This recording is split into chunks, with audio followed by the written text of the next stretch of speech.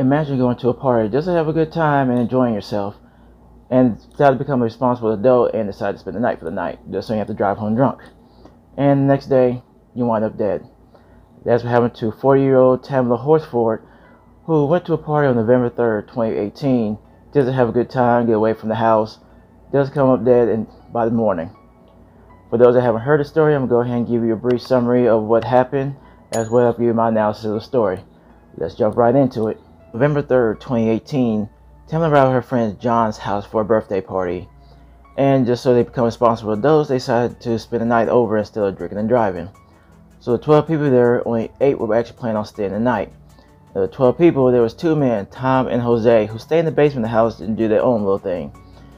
And so they decided to drink, watch football, just have a good time. And then around midnight, that's when the men joined in and started playing a game called Cards Against Humanity. So shortly after around 1 a.m., everybody decided to slowly start going off to bed. Bridget, who was the last person to see Tamala alive, stayed around 1:47. She gave Tamala a hug, told her goodnight, and she stated that Tamala was actually planning on smoking a cigarette right before she went to bed. So around 8:30 in the morning, a partygoer, Melinda, had woke up, made herself a cup of coffee, and was going to go outside and check the weather, and now she found the deceased body of Tamala laying face down the ground outside in the backyard. She ran upstairs, told John and Jose about what had happened, not realizing that Jose actually spent the night that night. And so roughly around 9 o'clock, they called police, notifying what had happened, and around 9:07, that's when police arrived. Now, when police arrived, they believed that it was an accident because they saw no evidence of foul play. But one of the things that's crazy about this case is that police didn't even gather any evidence to prove their theory. And so after all this, they started doing an investigation on trying to determine what actually happened. So they investigated all the partygoers, they investigated everybody that was still there at the time, as well as try to see if they can access any type of information they can have about her. So during the investigation, they received an autopsy report back from the coroner's office, which stated that, upon their evidence that they uncovered, that they believe that the crime was an accident, because they feel like her injuries were a result of a fall from very high heights. And on top of that, they also found evidence of blood alcohol content being 3 times higher than normal, as well as evidence of THC and Xanax in her system as well too. So the case was closed, it was ruled as an accident, so there was no further question about it. But the weird thing about it was that it never really made headline news. It was always kept in-house. And so over time period, people kind of just forgot about it until performing artists 50 Cent and T.I. had heard about the story and raised awareness about it, and decided they want to try to get the case reopened again, just because they felt like there was some people say there's a few things, but I really believe it was a lot of things that was wrong with this case. And so they had petitions go ahead and get signed and everything, over 600,000 signatures on it, just get the case reopened. And so the GBI, which is the Georgia Bureau of Investigations, actually reopened the case back in 2020 during the George Floyd case. And so upon their investigation and everything else, they had all the evidence they went through and everything, they actually made a statement saying that all of her injuries that she obtained were consistent with the struggle, but they still ruled it as an accident. So it raised the question of, was it really an accident or was it actually murder though? And this is where I would do an analysis on how it could be either one of the two. So as I went through this case and everything, I tried to find as much of information I could through public records, from the autopsies to the 911 phone call, as well as witness statements, and as well as police statements as well too. And upon reviewing everything, it just seems weird and mysterious on how everything was handled. So the first thing I'll bring up is the 911 phone call. Like, a lot of people are skeptical about 911 phone call just because they felt that everybody that was on the phone was way too calm than what they need to be. But the thing is, everybody handles trauma like this differently. Some people are frantic, some people are calm, some people are a mixture of both, where they're freaking out, but at the same time they're trying to stay calm and give out as much information as possibly can. But the thing that I find weird is that John was on the phone with the 911 dispatcher trying to give out what she felt had happened, because she stated that she found her friend laying on the ground outside. And so shortly as she was giving information out, she gave the phone to Jose. And when Jose got on the phone, he was completely calm through the whole entire thing, but the way he would explain things was as if he was distancing himself from this situation. He made statements where it's like he put his like, oh yeah, she was here, I really don't know her that well. He tried to put like as much distance as possible. He made statements saying that he believes that she may have failed because she was on the balcony most of the night because she was a cigarette smoker. And the thing I always find weird is, if you was downstairs most of the night, how do you know she was the only one to go outside smoking most of the time? And so throughout the investigation, like, his story changes a couple of times too. And so, but sticking to the 911 phone call, so he is pretty much like making statements. Then like he went, but the weird thing about it, when he gets on the phone, he said, "Hey, this is Jose. Okay, do you work for the court? Now that everybody knows who you are." And so during that thing, throughout the whole entire 911 phone call, police finally shows up and they investigate what they feel had happened. And so when the first officer arrived, he noticed that Tamala was laying face down on the ground. And the thing I find weird is, I don't know physics that well, but I'm pretty sure you wouldn't be probably face planted on the ground. And so him reviewing the body, he knows that she was streamlined, kind of. Her right arm was straight forward and her left arm was posed like this. And so that's where they feel like she probably fell. And the weird thing about it is, like, her feet was pointed straight. So that's her body being strewn like that. That's kind of also a red flag, because you try in a way, if you think if she fell over the banister, she wouldn't be straight like that. She'd probably be crumbled up to kind of like a ball, or in not any type of shape, like face down. And when you get to the autopsy report, that's when it definitely get real weird bits, because her injuries were trauma, multiple blunt force trauma to the head and neck, multiple blunt force trauma to the torso, as well as a laceration to the heart, to the ventricle of the heart. She also had lacerations on her leg, as well as scratches along her face. And so when looking at that, most of those injuries correlates to falling from a great height, but the fall from the ground, from the balcony to the ground, was roughly 15-20 feet at most. And so it's not really that far of a fall. And so doing my own investigation, I looked into it, like, see, like, how does a person fall? And it turned out, like, when a person's fall, they normally go head first, especially that short distance, just because most of the time you fall from great height, your body flips into a way that flips more towards the center of gravity. So it's more like you're streamlined as you're falling. But when you're falling from that short height, you're technically going head first down. So another thing that I found weird was the security logs. The reason why I say that is because the house actually had a security system installed in on it, which gave out notifications whenever one of the doors opened up. And so with most of it, it correlates with what Bridget said when she left at 1:47, because in the log it stated that the front door opened at 1:47 and then closed again at 1:47, in which no more than 3 minutes later, the back door opened around 1:49, then closed at 1:50. I'll say that. And so the back door didn't open again until 1:57. And the weird thing about that is the door never closed.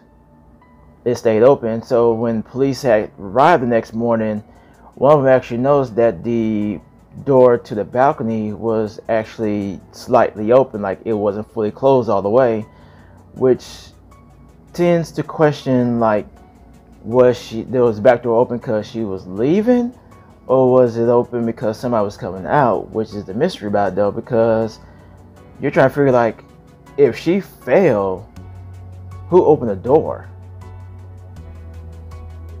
That's why a lot of people over the internet and everything else has sat there and was like, oh, then somebody had to be out there, just because you don't open the door unless you're going through it. So with that in mind, that leaves a speculation of, was there somebody else out there with her? Because then afterwards, you didn't see no activity in the house until around 4:10, when one of the partygoers was actually leaving and going to work that next day. Another thing that I found that was awfully weird was Jose's actions shortly afterwards, where a few months into the investigation, he was actually fired from his job at the courthouse in which he worked for pretrial. And the weird thing about that was, he was fired because he was gaining access to information about the case. The thing that's weird on everybody is, if you are a potential or actual witness to a case, why would you need to find out the information about it? Like, what information were you seeking for that? And even the police even said, like, the information he was looking at was already public records. So it begs the question of, what exactly were you looking for in those case files? Because if you sit here and watch, like, any crime shows or any crime documentaries, most thing that they end up saying is, people that actually commit crimes or possibly commit crimes tend to insert themselves into the investigation by trying to find out as much information as possible. Also stated that Jose was actually looking up information on one of Tamala's friends, who would not let the investigation die out or go away just because she felt like everything happened mysteriously. And so it was room to believe that Jose was actually got her personal information and was giving that to everybody that was actually involved in the case. But everything in this case is definitely not adding up, just because, especially like during the interviewing process, where they investigated the people that were there, also the people that had left, they actually had come back. And the weird thing about it is, instead of having them each in separate rooms to do an interview on them, they had them all in one room together and was interviewing one by one. And the weird thing about it is, some of the people that left early knew information about what happened afterwards without actually being there. And so that led us detectives to understand, like, they were communicating with one another, as well as the fact that Jose, again, had changed his story multiple times. But during the interview, he actually stated that he actually got up in the morning, went out to the balcony, was cleaning up all the cigarette butts, and that's when he noticed there was like a lighter and an unlit cigarette there. And the thing about it is, like, how did you have time to clean up if you didn't wake up until Madeline came in and woke you up, let her know that she found Tamala outside dead? So that's also the weird thing about it, as well as like some of their actions during the interviewing process. So when Madeline was being interviewed, John actually walked in during her interview and was trying to pass out Dunkin' Donuts gift cards to the police officers, in which is very unethical and very unprofessional to do so. I'm like, if you're somebody that's like me or anybody else, you probably been arrested right then and there, because like they would stop the interview, put you in handcuffs, which got you for witness tampering, interfering in the police investigation. Like, they probably would hit you like so many charges you wouldn't even know what to do afterwards. And so that was also the weird thing that was happening, just because it's like people were interfering with just interviews and like all trying to get like one story straight on what was happening, as well as they try to put so much emphasis on like, oh, she was the only one that was a smoker. Okay, yeah, we got it. The first time, like, yeah, she was the only one smoking, but at the same time, like, that doesn't stop people from like going outside, hanging out, holding a conversation, whatever. I'm like, just because she only wants smoking doesn't mean like she's the only one that's out there. And another example I would like to give out is the security system in the house, though. Like, she has a security system that notifies when the doors are open, as well as she also has security cameras throughout the house. And even during the 911 phone call, Jose actually stated that they was going to check out the cameras, see if they saw anything. In which, if you were 911 dispatch, you would sit and tell them like, no, don't do that, wait till police get there so that way they can view the cameras and everything else.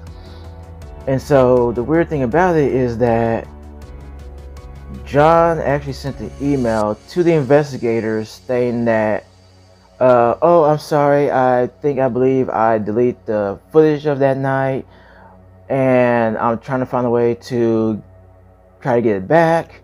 I'm not really tech savvy or anything. If you can get one of the investigators to come out and take a look at it, or I can try to call one of the IT guys at the company that owns the security system to come out and see if they can recover the data. And the thing I find weird is, if you delete it, how did you delete it? Just because of the fact that anything you delete, there's always a box that pops up saying, are you sure?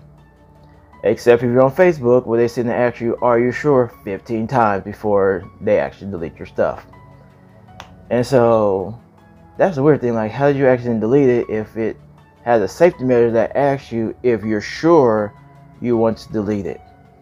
So that's also a red flag too as well. You delete, like, you accidentally deleted, so what exactly was being shown on that camera that had to be accidentally deleted throughout the whole entire thing?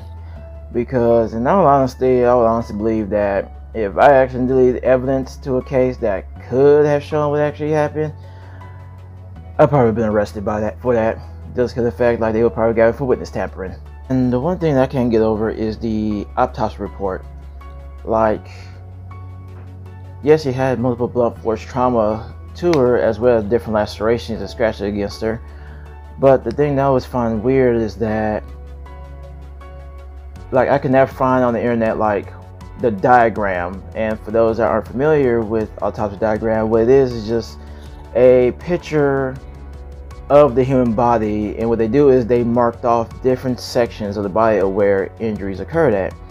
And yes, she had blunt force trauma to the head, neck, torso, as well as, I forgot to mention earlier, she also had a dislocated wrist as well too. And on top of that, different lacerations across the body. And I understand with their whole wrist being dislocated or fractured, depending on like what it was, that yeah, it could be used to, she could have used that to like try to stop herself from falling, or try to cushion herself when falling and hitting the ground.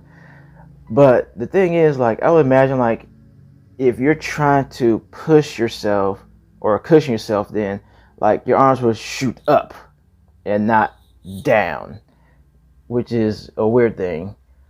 Because again, I'm not really good with physics, and just the way like the body was laid, is like, man, it seemed like this whole entire thing was staged in a way.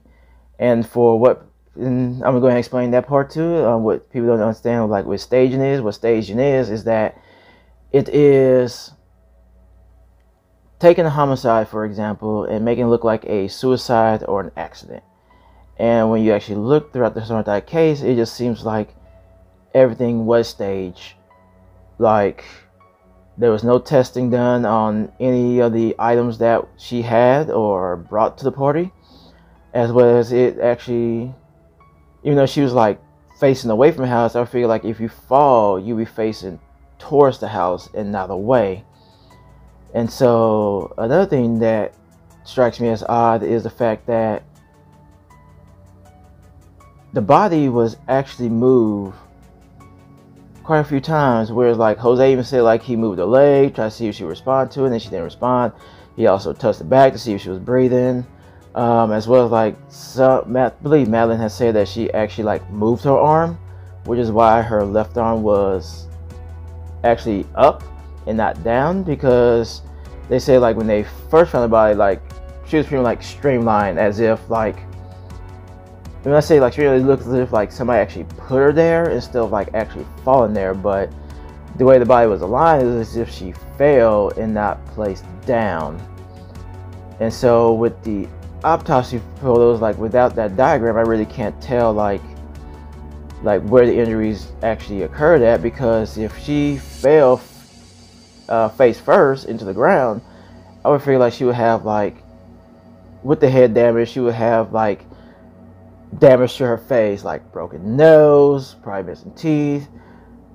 Because I feel like with head fractures, I believe like Jordan, that could happen like in concrete really, but she was like in grass. So in all, if I was to give my analysis on this case, and upon the information I was able to find and actually seek out and able to produce, it would seem that with this case, it would seem more of a homicide than an accident. Just because the fact that there's too many variables to take into effect for it to actually be an accident. One of them being the fact that the back door was open at 1:57, which states that it's either she was leaving and something happened to her, or somebody came outside and something happened to her. Upon that, as well as the security camera footage that somehow mysteriously came up missing, and upon that, like, most of them believe like the battery in the cameras had went out, but the thing that I found was that she actually received an email from the company that the batteries in the camera were at 15%. But the thing that I found with that email is that it was sent out months before the incident occurred. So by saying that happened, like, you should have had everything fixed by then, which means the camera shouldn't have been rolling from, like, the camera should have been off from the time you received that email all the way up to the incident. And another red flag would be the autopsy report, is that there wasn't much information given out that would constitute an accidental fall from being murdered, because the way that her injuries appeared, it would seem as if she was pretty much beaten to death. And the falling off the balcony would have been like kind of like a cover-up, really. Like, you throw an injury or fall on top of like the injury you gave to somebody to make it look like, oh, they pretty much fell. Because to me, like, the injuries that she obtained would be something that you would get from being hit by a car going 45 miles an hour down the road. And so I know a lot of people may watch this video, so these are my theories and hypotheses. There's no way, in no shape or form, like a possibility that, like, it's a possibility that it could have happened, but I'm not saying that it happened that way. So with that being said, I'm going ahead and wrap this up. I would like to hear your thoughts and comments below. Don't forget to like and subscribe in the box as well too, and I'd like to hear back from your comments below. Alright, have a great day.